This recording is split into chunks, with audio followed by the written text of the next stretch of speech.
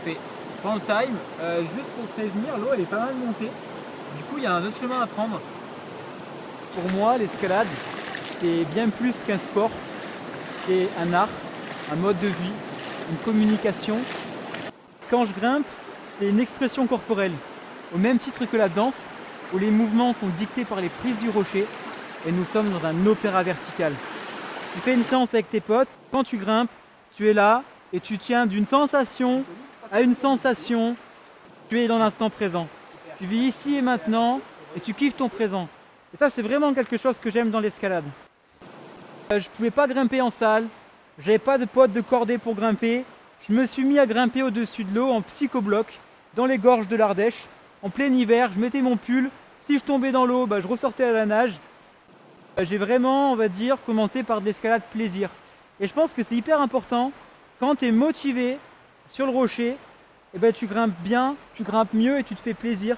Donc toujours, je cherche mon plaisir, mes objectifs. Je ne cherche pas à être plus performant chaque jour, mais faire en sorte que chaque jour me rende meilleur.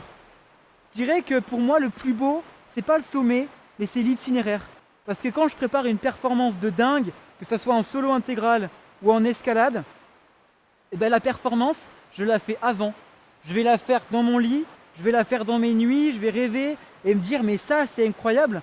Aujourd'hui j'ai des rêves en tête et je sais que je vais les réaliser dans peut-être 5 ans, 10 ans. Je n'abandonne jamais mon rêve. Je le protège, je donne tout pour progresser. Et le jour où tout est en place, là j'ai juste à kiffer ma vie et à vivre l'instant présent. Ce qu'il faut savoir, c'est que derrière des performances, il n'y a pas que ce qu'on voit sur les réseaux sociaux, où c'est juste 10 secondes. C'est tout un travail derrière. Moi, avant de faire un double salto arrière, je l'ai visualisé dans ma tête plus de 500 fois. J'aimerais dire que pour moi, il y a de la beauté en chacun, chacune. Et quand on a un rêve en tête, qu'on a envie de quelque chose qui te déborde de l'intérieur et que tu veux l'avoir, donne tout, t'as rien à perdre. Va vers les personnes qui t'encouragent, entoure-toi de bonnes personnes et dis-toi que si tu as un rêve en tête et que ton rêve te dit possible, à toi de le rendre possible.